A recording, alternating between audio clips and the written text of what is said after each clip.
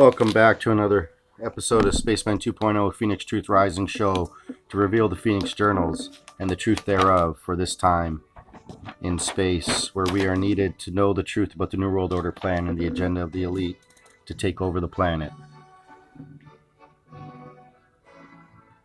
So, with that being said, this journal from Here to Armageddon, is given through a scribe called Dharma, and by most of all Ashtar in this journal, but others is Commander Hatton and Soltec and Corton, and there's different ones. The Phoenix Journals are here as a time blueprint of the current events stamped upon the world stage from different researchers and investigative journalists from around the globe to confirm what's going on is actually happening. It's a battle between the light and the dark. So you have to call in the protection of God. And that is a very important lesson. So let me just recap. This is going to be part one because we didn't get part one into BitChute. So I'm going to introduce the Phoenix Journals. This is lessons for receivers. This is people that are receiving from higher places, basically the fourth dimension, fifth dimension, higher universal teachers. And so I'm just going to take it off from there. And chapter 1, lessons for receivers. So this is another copy. It's a little bit different print. Ones who receive from us of the higher frequencies frequently cannot relate to the fragmentation of ones of us. Ones will say, oh well, the Hatton I receive from is different aspect of the one from which Dharma receives. When we are ready to combine instructions or correspondence, there is no separation at all. For instance, Sister and Dharma can find no separation at all, for there is none. Sananda only presents differently to Sister for a very specific reason. It is the identical energy that presents to Dharma. Very often the thought format and wording is identical. If ones will not accept the sharing, then you can be sure there is trouble afoot. Either ones are holding to their own ego apartheid, or they fear their own messages might not be perfection.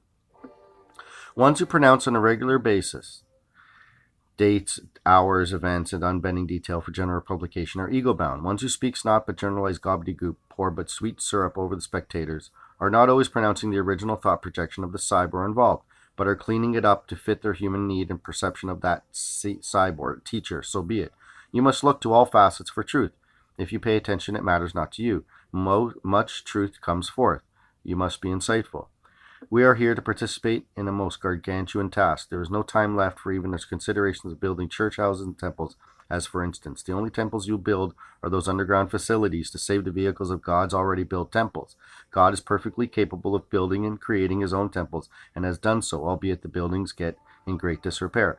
If a receiver's ego cannot submit to obscurity or hoards the lessons and messengers onto one's outlet for gain or personal commendation, then one is in error. You see, all can be separated in the most practical way through good business corporation. If one claims exclusively, even if that one is exclusive, there is a gross problem, for that one is trying to keep another from seeking truth elsewhere. We of the higher realms will never declare one. We would never place such a burden on a human worker as receiver, nor would we deprive other searchers. We cannot procure a specific receiver's writings the ability to find truth. Just suppose Hatton pronounces that Dharma is the only one. She would immediately be set up and murdered. Further, in view of her trustworthiness, she would finally go mad with the burden of such responsibility. That, dear ones, is left to a Christ, who might choose to walk your plane. One who self-proclaims to be a Christ is unsound indeed, and most foolish. I will tarry longer, for I wish to have you receive of Ashtar. You have many times in the past, and I want you to become uncomfortable and familiar with his energy, for he is critically involved otherwise, and respect his time constraints. Thank you, Chella. Commander Ashtar. So this one's Commander Ashtar. Present. I trust you recognize me, as we are elder friends, you and I. I most rapidly slow me up if need be, little sister. There be no discomfort on your part, that things not be present, the possibility of joint communique at the present time. I can function even more astutely by utilizing the same receiver as Commander Hatton. He works in total integration as only an effort of your comfort we would separate input. It is not necessary. As information and instructions for the upcoming times will be sent forth, from this sector of your planet as regards this sector of your planet. I shall be experiencing alongside Aton, Sananda, Hatan, as well as Kortan, Soltek, and selected commanders. Not to leave out Samjaze, Asket, Leah, and the other ladies in our commands. I am not a bigot. We have no need to consider such things, for our is a very well-balanced community within which we function. We have now finished the hookup of my circuit in your head, Dharma, and I know you have undergone gross inconvenience in your human world. It is not your hearing which is so impaired, dear ones. It is the downloading of data from my computer base. Data center. Sananda now has several who can and will work in total harmony as teams. I have not yet found such equality, and you have offered Commander Imnu. I have accepted.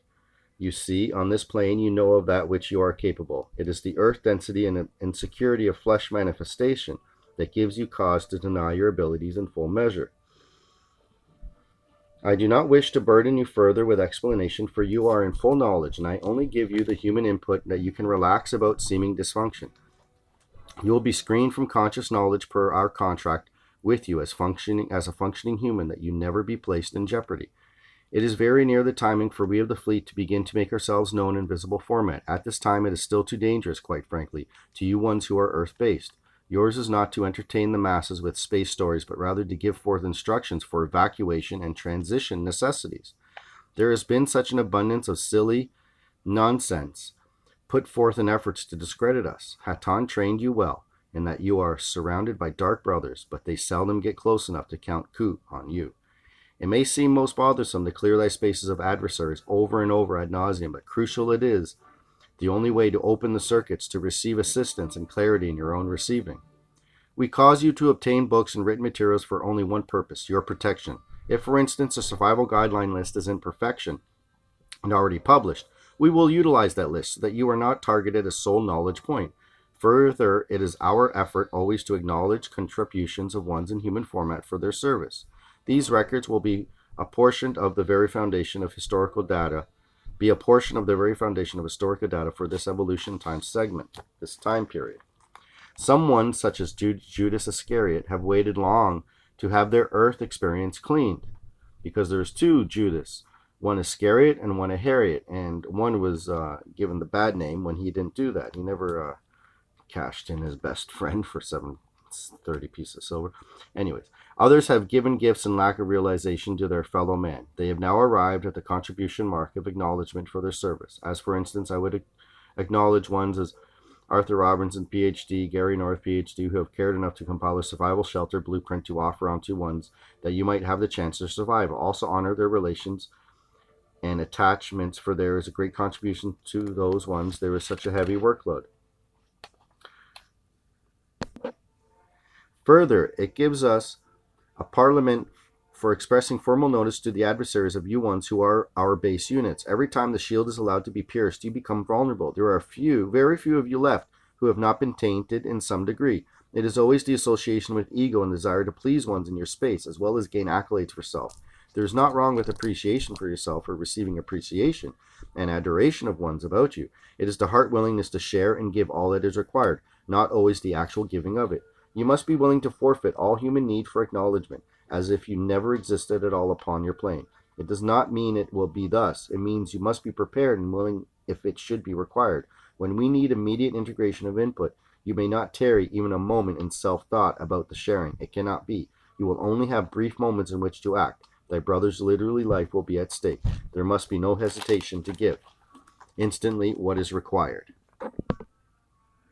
So last part of this chapter 1, no royalty up here. In these higher frequencies, we use labels only for our convenience. We recognize solely by energy patterns. We not only do not bear royal titles, but find them abhorrent. A simple summons of Ashtar or Hatan rings the frequency circuit or switch. We only function in a post of expertise and duty, not one above another as entities.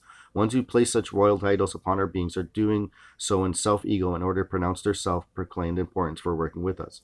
There must, however, be means of description, for sometimes definition of words have been misrepresented.